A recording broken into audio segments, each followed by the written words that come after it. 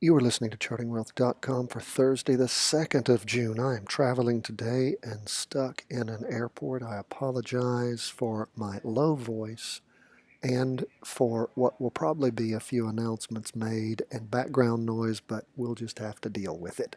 Okay, let's talk about what's going on in the market. IYY, which is, of course, the way we always start our total market index fund by iShares. It shows that we have a crossover going up on the 2-day candle that closed on the 1st of June. We have now 4 green up candles, strong up movement. In fact, the last 3 candles have been above the Bollinger Band, so we are seeing volatility there as the market zooms up. We were up 0.15% for the day, a confirmed crossover on the 2-day candle on the MACD, and of course on the last candle on the 27th, the 2-day candle on the 27th, we already had the derivative oscillator switch over to positive. If we look at the 4-hour chart, what do we see? Well, we see the market basically sliding sideways for the last 2 days. We are in a confirmed up move on the short chart, waiting for a pullback and then an entry point to get back in on that up move. We have not seen that pullback occur at this point.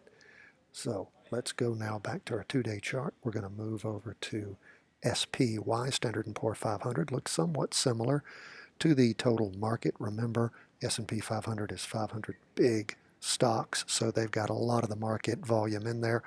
Confirmed crossover going up.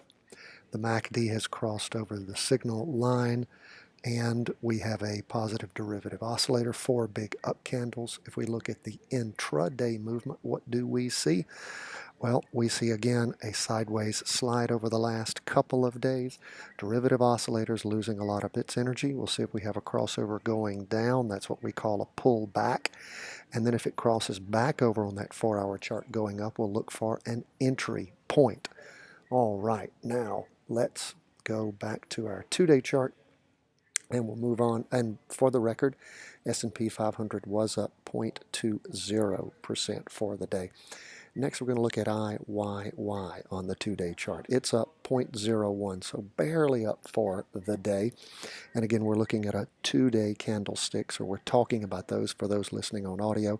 We had a crossover, a nice strong crossover back on the 26th. Derivative oscillator flipped at almost the same time, which is what we like to see.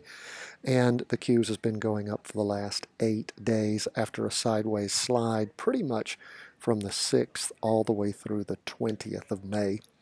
And the last 4 candles representing 8 days of movement are up with that crossover, like I said, on the 26th. Now, if we look at our 4-hour chart, what do we see going on? Well, we see not as much of a sideways slide as we saw before. We saw a bit of a pullback on the afternoon of the 31st, Tuesday, and then we saw up movement throughout the day. Well, a little bit of up movement on Wednesday. Now, again, just up 0.01%, 0.1% for the day. Derivative oscillators losing energy. We may be having a pullback soon. We'll just have to wait and see. No entry points yet. Lastly, thank goodness we've had no announcements yet. I'll keep pushing through and maybe God will bless us and we won't have any. We have continued down movement on gold, still well below the 2-day trend line. We see that gold was down for the day 0.10%. We had a crossover back on the 16th of May, and we've had strong down movement since then. Derivative oscillator is down strong, continuing to move down strong, and the signal line and the MACD are diverged very well. Now let's look at what's going on the 4-hour chart. We again see gold sort of sliding sideways for the last 2.5 days or so. And it looks like gold might be getting ready to cross over going up, so that pullback may be occurring soon in gold on the 4-hour chart. And we may have an ability, if it rolls back over again, to find a buy-in point on that down move in gold. That is where we are for the day. We have been blessed with no announcement interruptions. I appreciate your patience as I'm traveling. We always love to hear from you. Follow us on Facebook, Twitter, Instagram, YouTube. ChartingWealth.com is, of course, the website.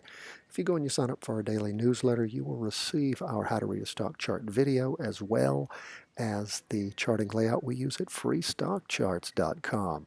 Now it's going to be my job to see if I can get the airport Wi-Fi to let me upload all of this to you. Hopefully the good Lord will keep blessing us. Thanks so much. We always love to hear from you at chartingwealth.com.